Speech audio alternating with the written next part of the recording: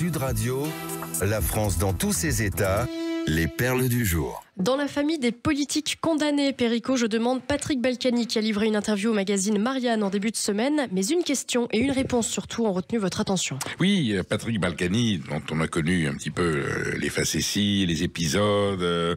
Il avait son bracelet, mais comme il allait chercher le pain et le courrier, ça faisait sonner le bracelet à la gendarmerie, donc il a été réincarcéré. Patrick Balkany, qui est un copain de Nicolas Sarkozy, et donc le magazine Marianne, où j'ai œuvré si longtemps, lui pose la question: vous avez été détenu à Fleury-Mérogis et à la Santé.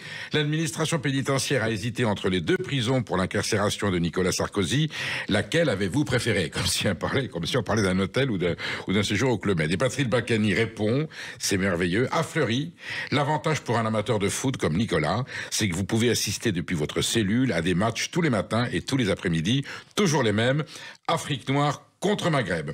À la Santé, l'avantage, c'est que vous pouvez apprendre le Coran puisque de grosses radios installées diffusent des prières. Alors, je ne sais pas si Nicolas Sarkozy va être totalement encouragé par ce témoignage de Patrick Balkany. En tout cas, bon, il présente ça avec une certaine désinvolture, avec une petite connotation quand même assez politisée sur l'Afrique noire, le Maghreb et sur le Coran. On sent bien que lui, peut-être l'a mal vécu.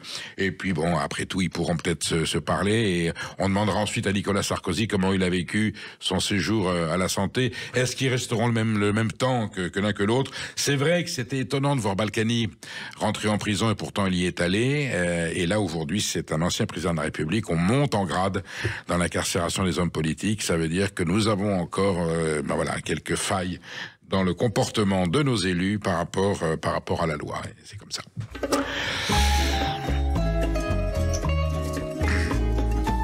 Alors, Maud, l'histoire, on sort de la prison de la Santé et de Fleury-Mérogis avec Patrick Balkany, et là l'histoire que vous allez nous raconter vous a fait froid dans le dos parce qu'on se croirait carrément dans la série Narcos. Et c'est pourtant bien en France que ça se passe. La tête d'un juge d'instruction a été mise à prix 100 000 € pour que des tueurs à gages éliminent un magistrat français, plus précisément contrat de 100 cas sur sa tête. Le message était posté par un certain Brother Mafia avec un Z, allusion à la DZ Mafia de Marseille dont on reparlera plus tard. Le message circulait sur l'application Telegram.